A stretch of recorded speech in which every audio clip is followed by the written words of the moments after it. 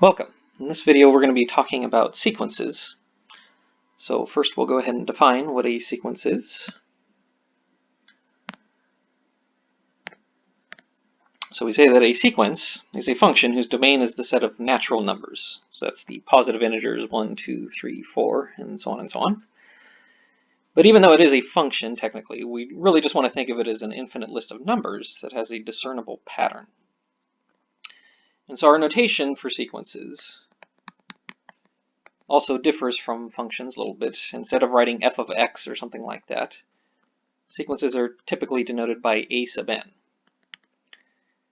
And so we might have an example such as a sub n is equal to 1 over n. And so we use the letter n as our variable to represent the natural numbers. It's just a reminder that we're only plugging in the numbers 1, 2, 3, 4, and so on. You may also see sequence notation denoted using braces. So for this particular example, if you were to see the expression 1 over n in braces like this, it would mean the same thing. It's just notation to indicate that you're talking about a sequence. Anyway, so how do we find the numbers or terms in a sequence? Well, that's just plugging in the natural numbers as we said. So for instance, a sub 1, or the first term of the sequence, we'd just be plugging 1 in for n. So in this case, you would have 1 over 1, which of course is just 1. For a sub 2, the second term, you'd be plugging 2 in for n. So in this particular example, we would have 1 over 2. Then of course for a sub 3, you would just have 1 over 3, and so on and so on. And so the way we actually write out the sequence, if we want to list the terms, is as an infinite list, as we suggested earlier. So in this particular example, we would see that the terms would be 1, then 1/2, then 1/3. And if we were to keep on going, we would have 1/4, 1/5, and so on and so on. But all we're doing is just taking this expression and plugging in the positive integers, the natural numbers in other words, for n. So let's look at some other examples of working with sequences. How about if I have the expression a sub n is equal to, let's take n squared over 2 to the nth power. So in this case, when we look at a sub 1, you would have 1 squared over 2 to the first, or that would simplify to just 1 over 2. For a sub 2, we would have 2 squared over 2 squared, and of course that would simplify to just 1.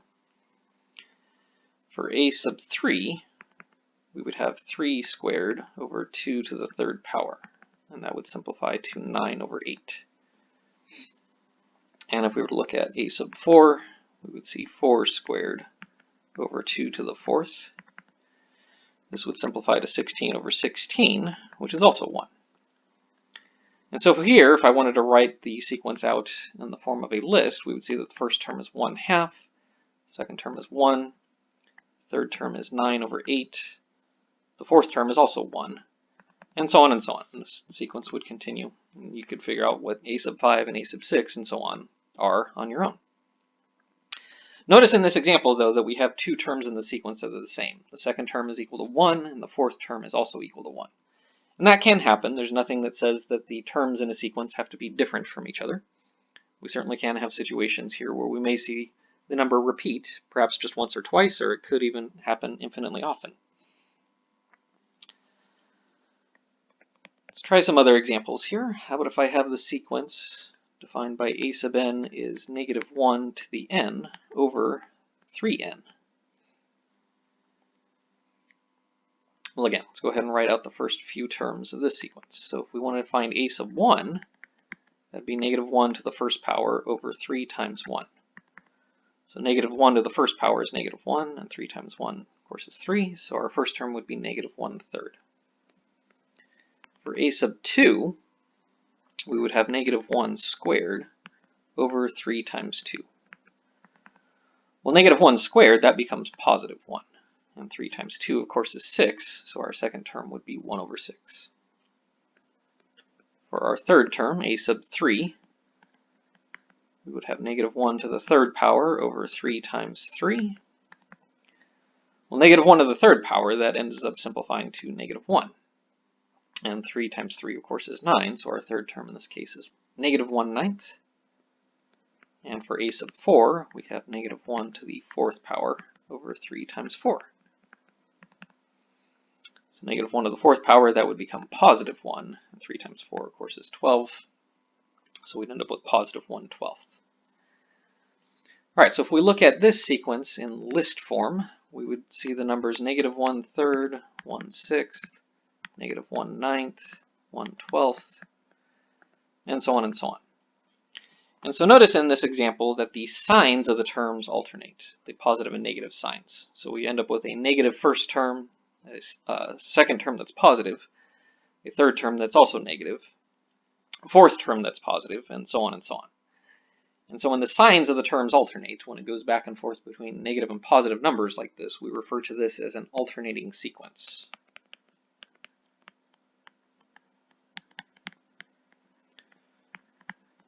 And it's alternating in sign, meaning that the signs of the terms go back and forth between positive and negative, as we mentioned. Whenever that happens, that's referred to as an alternating sequence.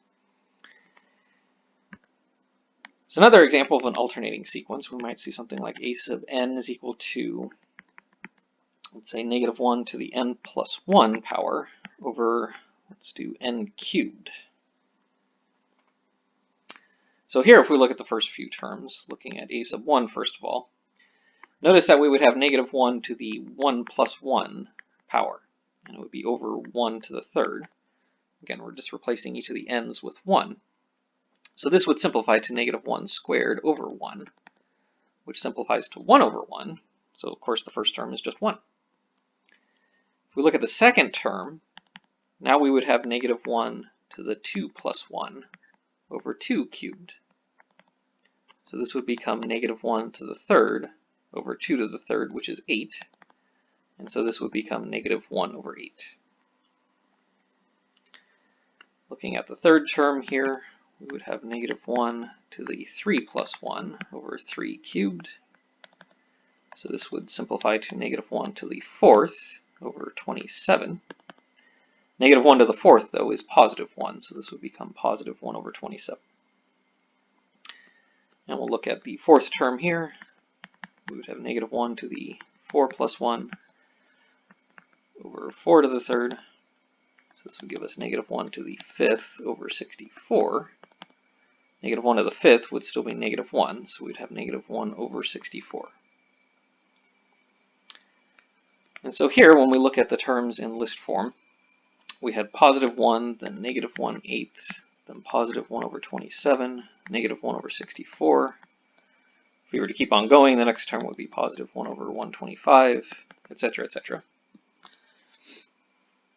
And so this is also an alternating sequence, but notice this time that the first term was positive and the second term was negative, and so on and so on. But notice that with each of the last two examples, what we saw are situations where we had a negative 1 to the n, and then we also saw a situation where we had negative 1 to the n plus 1. And whenever we have a sequence that's alternating, we're generally going to see expressions of one of these two forms. So typically speaking, we're going to have negative 1 to the n, and this will happen when the first term is negative.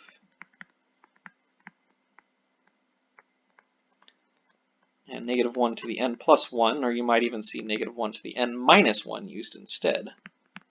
And that is going to occur when the first term is positive.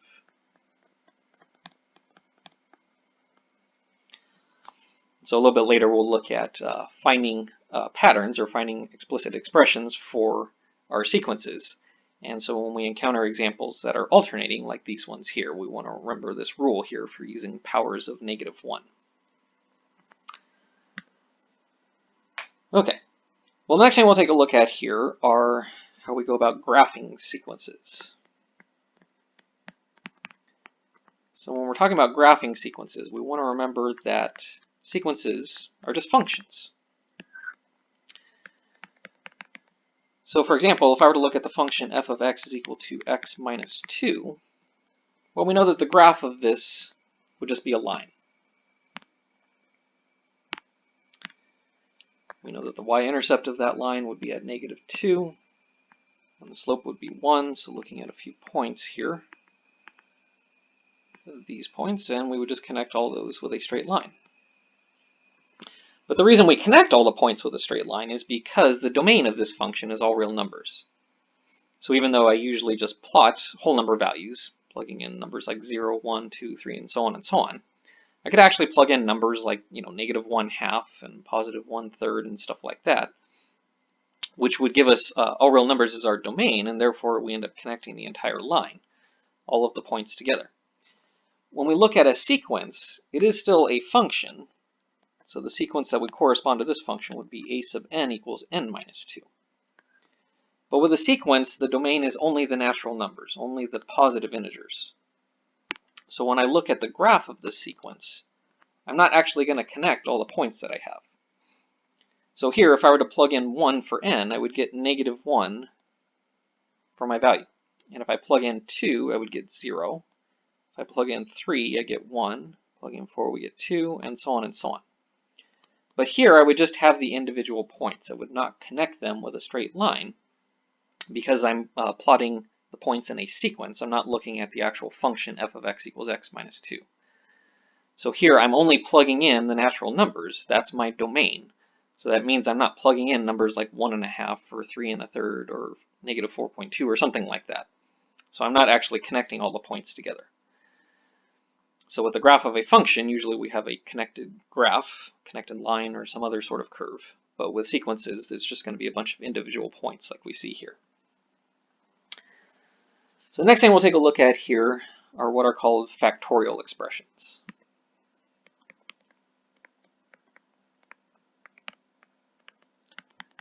So what do we mean by factorial expressions? Well, you may have seen this before in earlier classes, but in case you haven't, when you see a number followed by an exclamation point, in mathematics we read this as n factorial. And what this means is that you want to take the number n, then you multiply it by 1 less than that number, and then 2 less than that number, and so on until you get down to 1. So we write this as a formula, is n times n minus 1, n minus 2, etc., to 2 times 1. So what we're talking about here is the following. Suppose I wanted to take 4 factorial. Well, what that means is you're taking 4 times 3 times 2 times 1. Just keep counting down from the number that we're starting from, in this case the 4, until we get to 1, and we multiply all of the values together. So taking 4 times 3 times 2 times 1, the product there ends up being 24. Or as another example, if I wanted to take 6 factorial, this would mean 6 times 5 times 4 times 3 times 2 times 1. And again, multiplying these all together, you should end up with 720. The exception to this rule is the number 0 factorial. 0 factorial is defined to be 1, which I know may seem a little bizarre, but that is what 0 factorial is determined to be equal to. And it's really just something that you'll have to remember. It doesn't really follow from the formula that we just talked about here, but it is what the definition of 0 factorial is. And so when we're working with factorials, very often we're going to end up dividing them. So as an example, suppose I wanted to take 8 factorial divided by 6 factorial. Well, I can write this out the long way as 8 times 7 times 6 times 5 times 4 times 3 times 2 times 1 for 8 factorial. For 6 factorial, again, that would be 6 times 5 times 4 times 3 times 2 times 1. Now I'm not going to try to multiply these out and then divide them because I would end up having to divide really large numbers. Instead, it's a lot easier if we simplify first.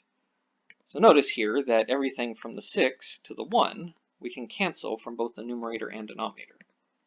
And that makes things much easier to work with. We would have 8 times 7 now, which of course would be 56. And so when we're dividing factorials, we want to imagine doing this every time. I'm not always going to write out all of the numbers because that could be very time consuming and be rather strenuous on the wrist if you do that often enough.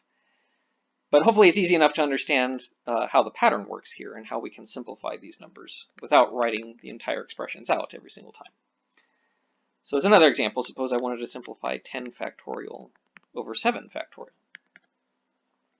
Well, again, rather than writing out 10 times 9 times 8 and so on, I'm just going to think about what exactly is simplifying here. So if we look at the denominator, the 7 factorial, that would cancel everything from the 7 to the 1 in a similar way that we did in the previous example. So what I would be left with here is just 10 times 9 times 8. So hopefully it's not too difficult to tell. Those would be the 3 numbers that I would be left with. And then multiplying this should be fairly easy. If I multiply the 9 and the 8 first, that becomes 72, and then 10 times 72, of course, is just 720. Just taking 72 and tacking on an extra 0. So simplifying factorials, we will always want to think of in this way. Now you do want to watch out because sometimes you'll encounter examples like the following. Suppose I had 5 factorial divided by 0 factorial. What would this simplify to? Well, we want to remember that 0 factorial is equal to 1. So a lot of times students first look at this and they think that the expression will be undefined because they see the 0 in the denominator. But the 0 factorial is equal to 1, so really we just have 5 factorial. And if you were to multiply all that out, taking 5 times 4 times 3 times 2 times 1, you would get 120.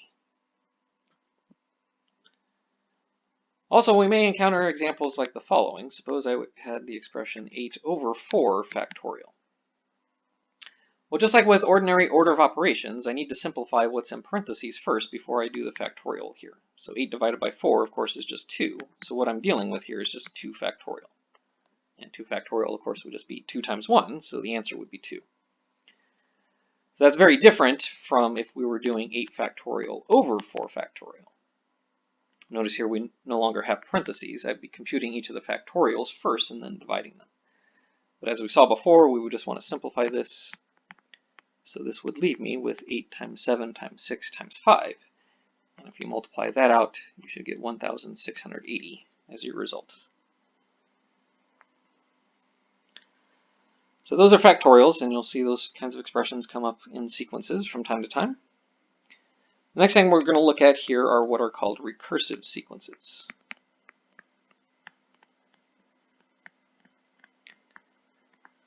Recursive sequences are ones where we are given one term, or maybe the first 2 or 3 terms, and then we're given what's called a recursion formula. So an example of a recursive sequence might be something like the following. Suppose I tell you that a sub 1 is 2. So I'm letting you know that the first term in our sequence is 2.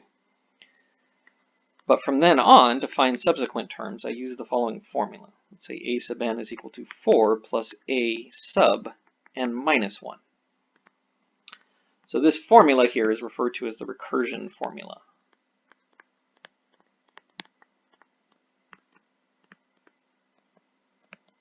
And recursive sequences will always have a recursion formula that you'll use to find the actual terms in the sequence.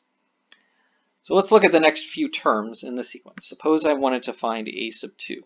We already know a sub 1. We know the first term, so let's find the second term. Well, what I'm doing here is I'm just plugging 2 in for n in my recursion formula. So that means we want to take 4 plus a sub 2 minus 1.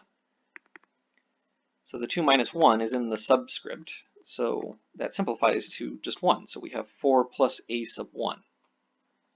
So what I have to do now is to go back and look at the term that was given to me. We know that a sub 1 is 2, so I simply substitute that in. So what I'm doing here is taking 4 plus 2, which of course is just 6.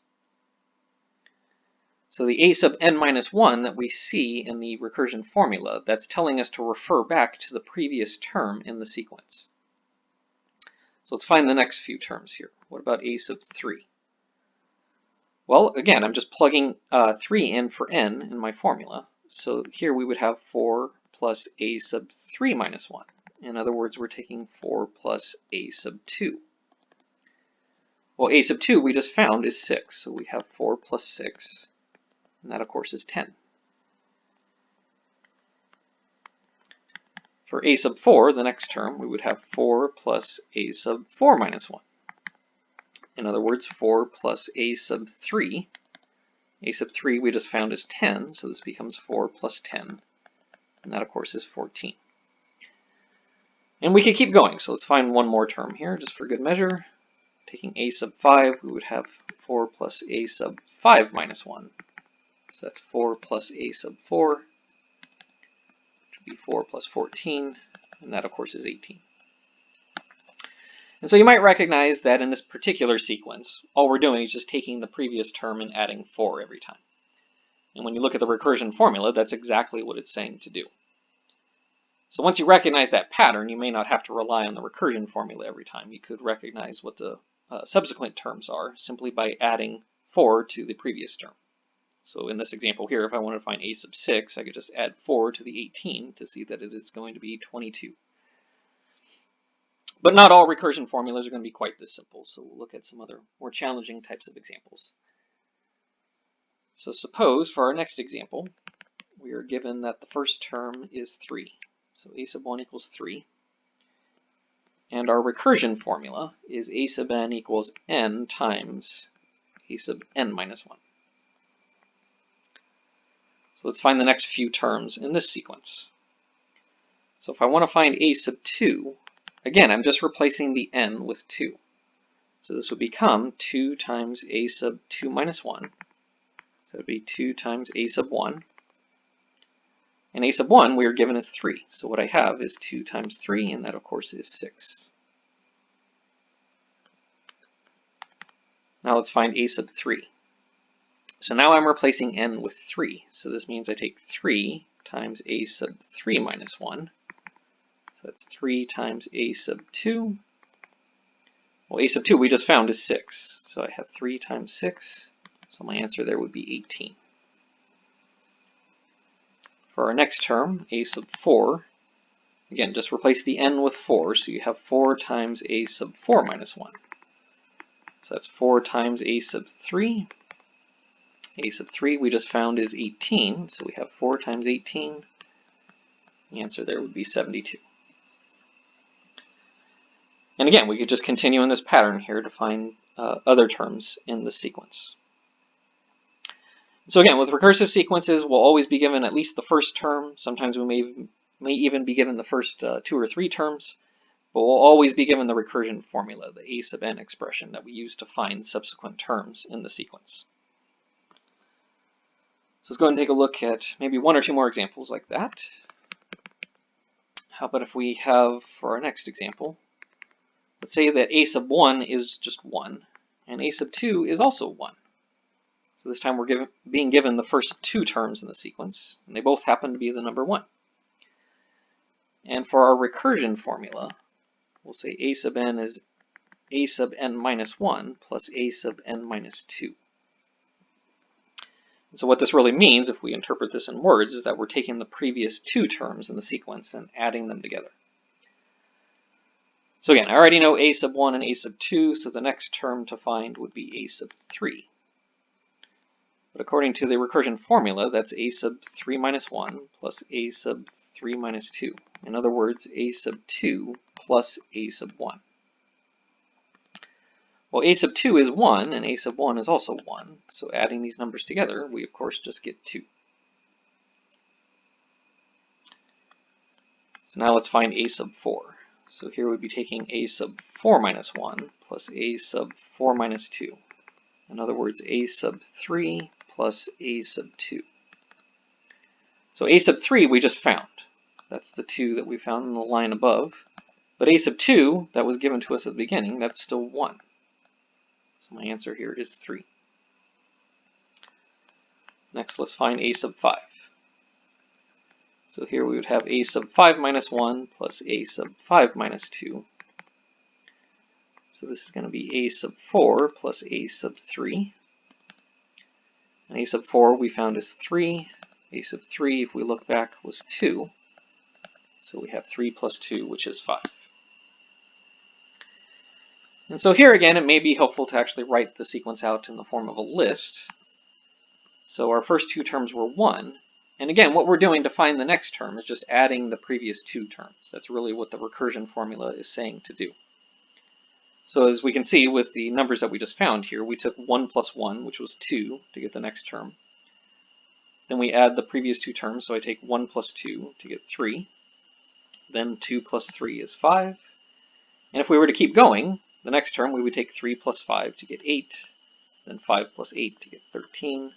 8 plus 13 to get 21, etc., etc. So this is a really well-known sequence. You may have seen this before, but this is known as the Fibonacci sequence.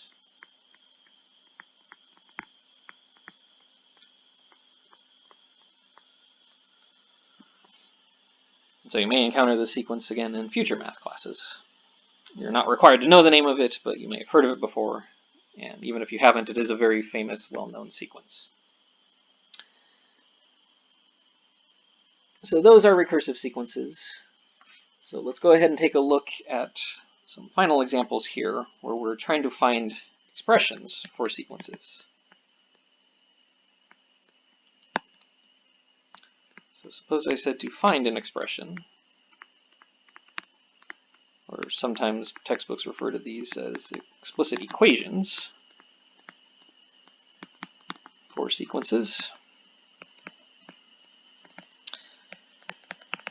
And so what's going on here is that instead of being given the formula for the sequence and just plugging in n values, we're now trying to figure out what the formula is, in other words.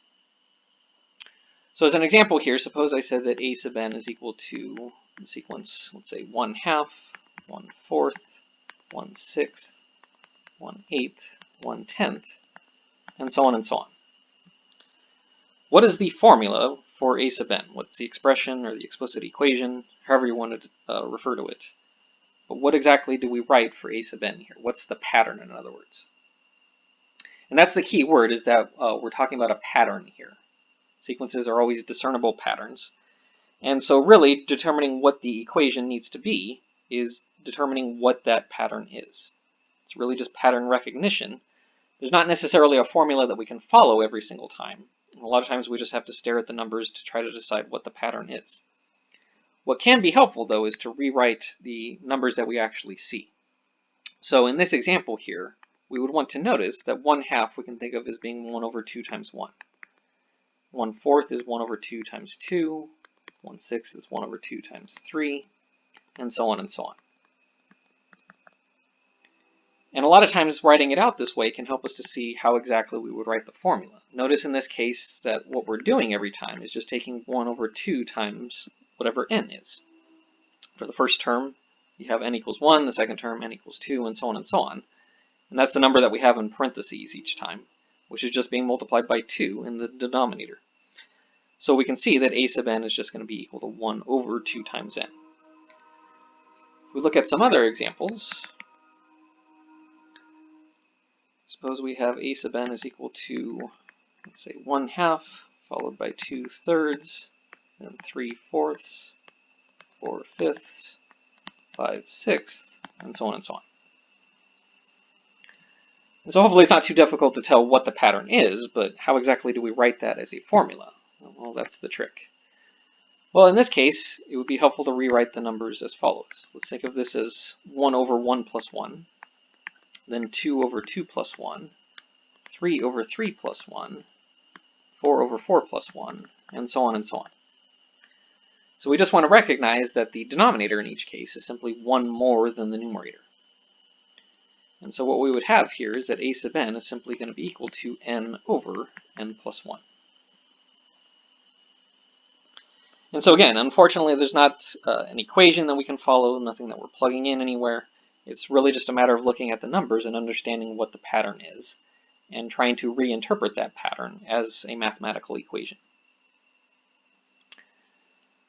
Anyway, let's take a look at just one or two more examples here. What if I have the expression, let's say a sub n is equal to, start with 1/3, 1/6, 1/9, 1/12, whoops, 1/15, etc., etc. But we'll end up comparing this to a couple of other sequences here in a moment. But let's find the pattern for this one first. So in this case, we want to notice that we have 1/3 times 1, then 1/3 times 2, 1/3 times 3, and so on and so on. So the denominators are just multiples of 3. Hopefully that's easy to recognize. And so we can see in this case that a sub n would just be 1/3n. All right, let's compare this now with a couple of other sequences. What if I had the sequence, let's say negative 1/3, 1/6, negative 1/9, 1/12, negative 1/15, and so on.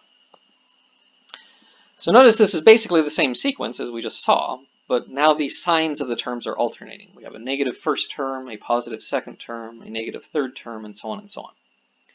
And so we mentioned earlier that when the signs of the terms alternate, when we have an alternating sequence, in other words, that we can write that sequence by multiplying it by powers of -1. In this case, our first term is negative.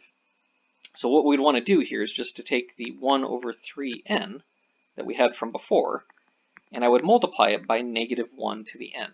Remember, we saw before that when we have -1 to the n, that generates an alternating sequence, with the first term being negative.